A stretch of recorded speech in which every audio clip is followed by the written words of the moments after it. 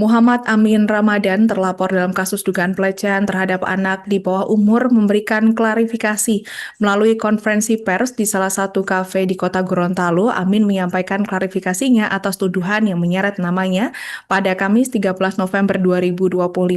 Dalam pernyataannya, Amin menegaskan bahwa dirinya dan pelapor berinisial S ini bukanlah pasangan asmara dan dikatakan keduanya merupakan teman dekat. Namun ada kabar bahwa Amin sempat mengakui bahwa dirinya pernah berniat menikahi S dan telah membicarakan rencana tersebut dengan keluarga. Untuk informasi singkatnya akan disampaikan wartawan kami yang telah terhubung dari Tribun Gorontalo, Jeffrey Potabuga. Rekan Jeffrey, silakan laporan Anda. Baik, Tribuners, klarifikasi terlapor soal dugaan pelecehan anak di Gorontalo dilaporkan hari ini Jumat 14 November 2025. Tribuners, saya awali laporan ini dari kota Gorontalo. Cuaca siang hari ini berawan dengan potensi hujan ringan. Perkembangan terbaru datang dari kasus dugaan pelecehan terhadap anak di bawah umur yang menyeret nama seorang warga kota Gorontalo, Muhammad Amin Ramadan. Pada Kamis 13 November 2025, Amin menyampaikan klarifikasi melalui konferensi pers yang digelar di salah satu kafe di kota Gorontalo. Ia hadir bersama kedua orang tuanya, salah satu pengacara yang pernah menjadi pendamping hukum pihak perempuan, serta beberapa saksi. Dalam penjelasannya, Amin menyampaikan hubungan dirinya dengan pelapor berinisial S. Kemudian ia memaparkan bahwa hubungan keduanya selama ini berjalan sebagai hubungan pertemanan yang dekat dan sempat dibicarakan menuju pernikahan. Amin menjelaskan bahwa pada 4 Mei 2025, kedua keluarga melakukan pertemuan di sebuah rumah makan.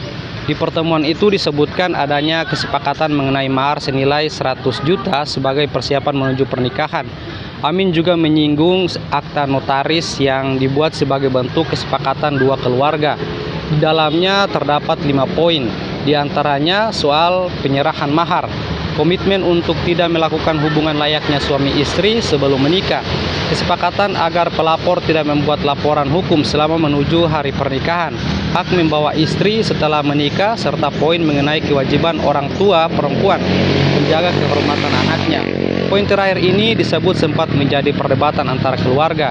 Ia memaparkan rangkaian kejadian setelah pertemuan keluarga tersebut, mulai dari munculnya informasi bahwa pelapor diduga menginap di sebuah hotel bersama seorang laki-laki lain pada 23 Mei 2025, hingga klarifikasi yang dilakukan keluarga pada 24 Mei. Selanjutnya, Amin menjelaskan bahwa pada 26 Mei, keluarga perempuan membuat laporan dugaan pelecehan terhadap dirinya dan 3 laki-laki lain. Amin menuturkan bahwa pada 29 dan 30 Mei, ia dan keluarganya sempat berupaya melakukan klarifikasi lanjutan langsung kepada keluarga pelapor, termasuk mendatangi rumah pelapor namun tidak mendapatkan respon.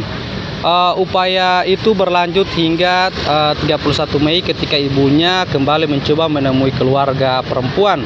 Ia juga memaparkan proses lanjutan berupa pengiriman somasi pertama pada 15 Juli, kemudian somasi kedua pada 25 Juli sebelum akhirnya melapor ke Polresta Gorontalo Kota. Amin menyampaikan bahwa seluruh proses yang dilalui keluarganya mengikuti prosedur yang berlaku dan dilakukan untuk menanggapi berbagai tudingan yang berkembang di masyarakat. Dalam konferensi pers itu, Amin turut memperlihatkan sejumlah bukti termasuk video penyerahan mahar antara dua keluarga dan beberapa screenshot rekaman CCTV terkait dugaan keberadaan pelapor di salah satu hotel di kota Gorontalo. Semua bukti itu menurutnya ditunjukkan untuk meluruskan informasi yang beredar di publik. Hingga laporan ini diturunkan, proses hukum masih berjalan dan seluruh pihak menunggu penegakan resmi dari aparat penegak hukum. Demikian saya melaporkan dari Gorontalo bersama saya, reporter Tribun Gorontalo Jeffrey Potabuga. Terima kasih Tribuners, kembali ke studio. Batasan minimal untuk mendatangi. Tetapi kita sampaikan bahwa ini akan memberikan kesepakatan mahar yang tentunya itu disampaikan antara keluarga dengan keluarga. Masih berbentuk titipan. Ya, karena sebab ini masih dalam berbentuk titipan. Itu satu. Yang kedua, adapun mendatangani perjanjian akta notaris, ada 10 ketentuan, maka kami perbaiki informasi itu. Bahwa di situ ada 5 ketentuan. Oke, ketentuan yang pertama, alasan dulu kenapa kami bikin akta notaris itu. Oke, mungkin ya orang tua yang baik. Jadi pertanyaannya tadi kenapa ditandatangan, kenapa hanya, jadi bukan begitu.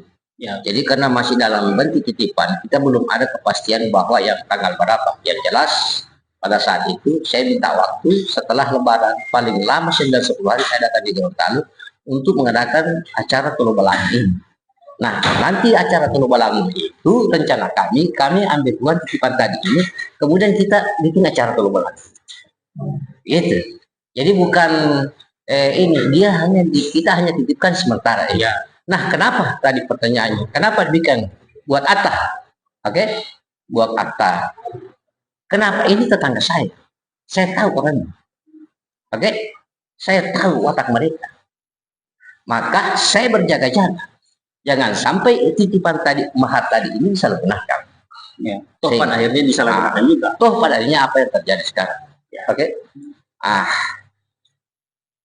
Kemudian isi daripada tadi ini poin pertama itu saya yang konsep. Saya sendiri yang konsep itu. Pertama, penyerahan sesuai kesepakatan kita, mahar itu 100 juta rupiah. Oke. Yang kedua, Berjanji selama belum terjadi pernikahan antara pihak pertama dan pihak kedua, ya, pihak pertama akan menjaga jelaskan itu isinya. bahwa pihak pertama berjanji bahwa selama belum terjadi pernikahan antara pihak pertama dan kedua tidak akan melakukan perbuatan suami istri antara pihak pertama dan anak dari pihak kedua atau terhadap siapapun.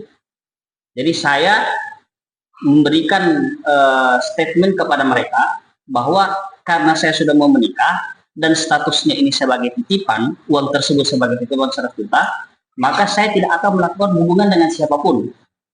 Oke? Karena memang mau menikah. Gitu. Nah, kedua, bahwa pihak pertama akan menyerahkan uang senilai 100 juta kepada pihak kedua sebagai mahar atau biaya-biaya untuk rencana pernikahan. Jadi harus diingat bahwa 100 juta itu bukan sogokan, bukan RG, bukan supaya mereka menarik, enggak. Itu mahar, 100 juta itu mahar.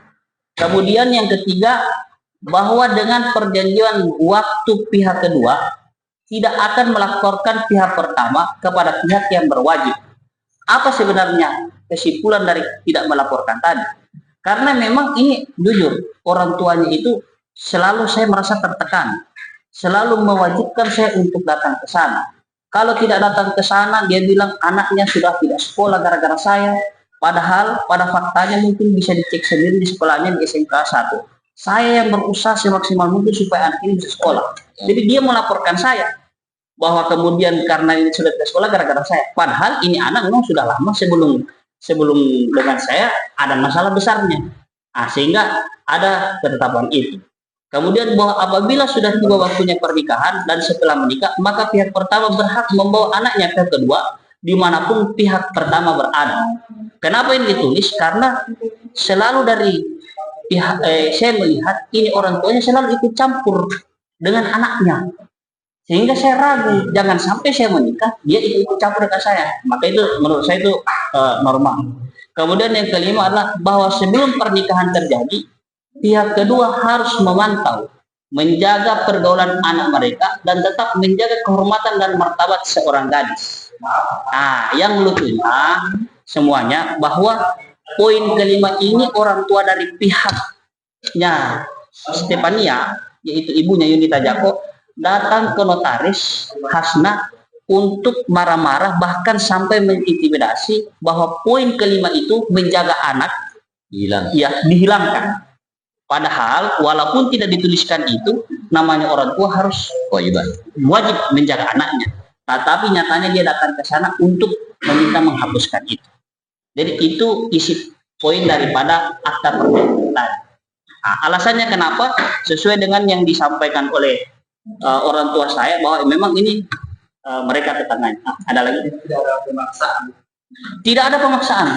Di dalam tanda tangan itu tidak ada pemaksaan. Kenapa? Karena kalau seandainya dipaksa, maka dia tidak akan menerima uang itu dan dia tidak akan menandatangani. Download Tribun X sekarang, menghadirkan lokal menjadi Indonesia.